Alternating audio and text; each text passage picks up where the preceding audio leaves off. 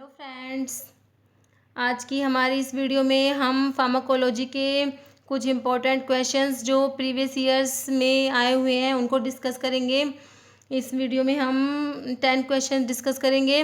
तो आप लोग कमेंट करके ज़रूर बताना आपके 10 में से कितने क्वेश्चंस ठीक हुए। और हाँ, वीडियो को लाइक ज़रूर किया कीजिए और चैनल को प्लीज़ सब्सक्राइब ज़रूर करना।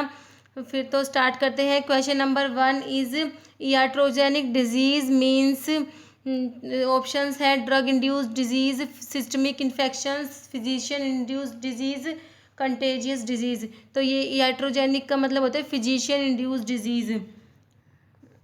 iatrogenic क्या होती है? फिजिशियन इंड्यूस्ड डिजीज़ होती है। Next is which among the following is not a first line drug for the treatment of tuberculosis. Options है रिफाम्पिन, इथियोनामाइड, आइसोनाइजिड, इथेम्ब्यूटोल। तो इसमें जो फर्स्ट लाइन नहीं है तो कौन सी है? इथियोनामाइड। आंसर है इथियोनामाइड। तो फर्स्ट लाइन के अंदर कौन कौन सी आती है? रिफाम्पिन आती है, आइसोनाइजिड आती है, पायराजीनामाइड आती है, एक इथेम्ब्यूटोल आती है और एक स्ट्रिप्टोमाइसिन आती है। RIPES, इससे मैंने आप लोगों को बताया था first line anti tubercular drug को याद करने के लिए। तो इसमें ये सब आती हैं। और ये जो एंटी ट्यूबरकुलर ड्रग है इसकी जो ये है ये ट्यूबरकुलोसिस में इनको यूज़ करते हैं। ये ट्यूबरकुलोसिस होता है माइक्रोबैक्टीरियम ट्यूबरकुलोसिस का पॉजिटिव ऑर्गेनिज्म होता है। तो इसमें ये जो इथियोनामाइड है ये सेकंड लाइन ड्रग्स आती है ना, उनमें आती है इथियोनामाइड। और ये इथियोनामाइड को हम ट्यूबरकुलोसिस में भी यूज़ करते हैं। और ये दो ड्रग हैं जिनको लेप्रोसी में भी यूज़ करते हैं। एक रिफाम्पिन होती है और एक होती है इथियोनामाइड। ये दोनों ड्रग लेप्रोसी में भी यूज़ होती है, तो ये बात याद रखनी है।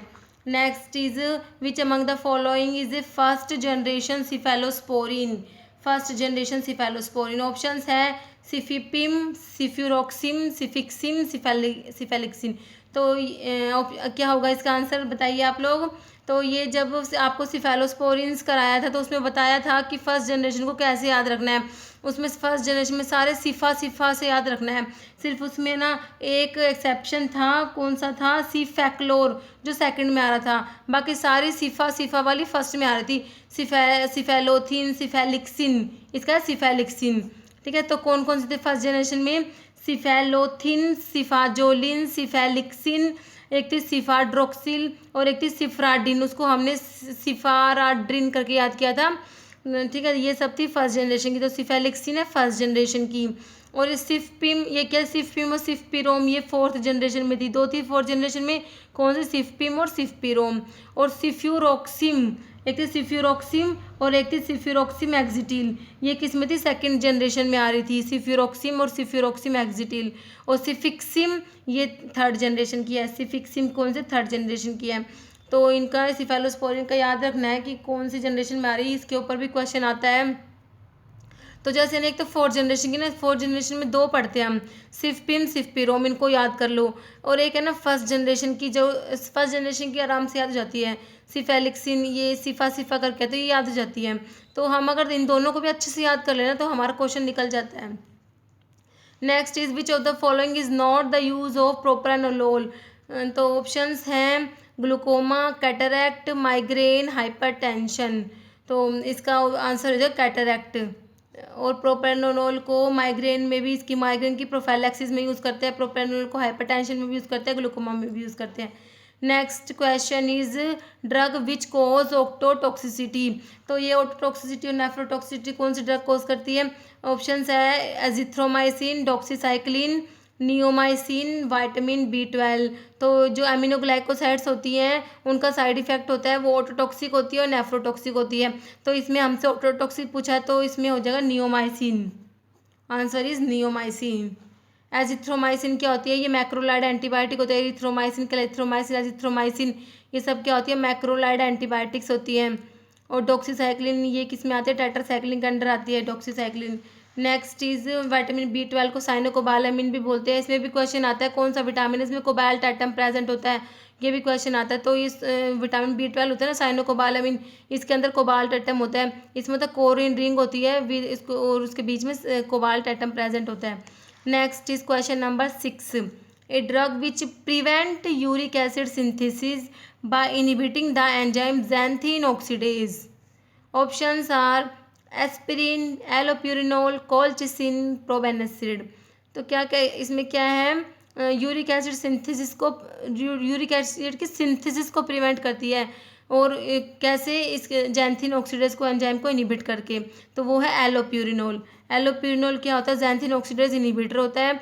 फिर इससे क्या होता है, यूरिक एसिड की सिंथेसिस को ये इनिबिट करता है एलोप्यूरिनोल। इसको गाउट में यूज़ करते हैं। वैसे इसको कोलचिसिन को भी गाउट में यूज़ करते हैं।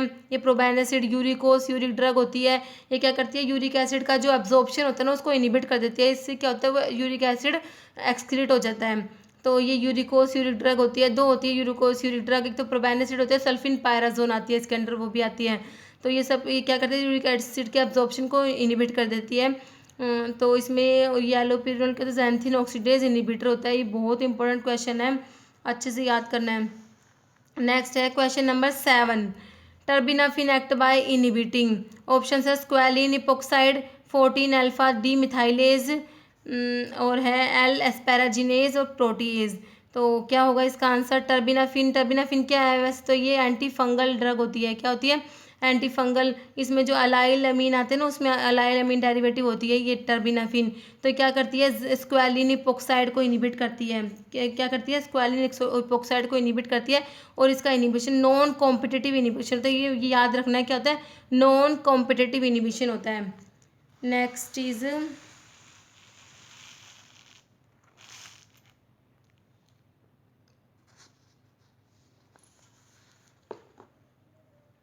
Next question number 8। Probenecid given with penicillin because. Option है probenecid increase distribution of penicillin, probenecid decrease inhibit renal tubular secretion, probenecid forms complex with penicillin, probenecid reduce penicillin allergy. तो क्या होगा इसका answer, इसका answer है प्रोबेनासिड क्या करती है, इसको इनिबिट कर देती है रीनल ट्यूबुलर सिक्रेशन। जो पेनिसिलिन का जो ट्यूबुलर सिक्रेशन होता है, प्रोबेनासिड उसको इनिबिट कर देती है। ये तो इससे क्या होता है, जो पेनिसिलिन का ट्यूबुलर सिक्रेशन इनिबिट हो जाएगा तो उसकी कंसंट्रेशन जो होती है वो इंक्रीज होता है पेनिसिलिन की। इसलिए प्रोबेनासिड को पेनिसिलिन के साथ देते हैं।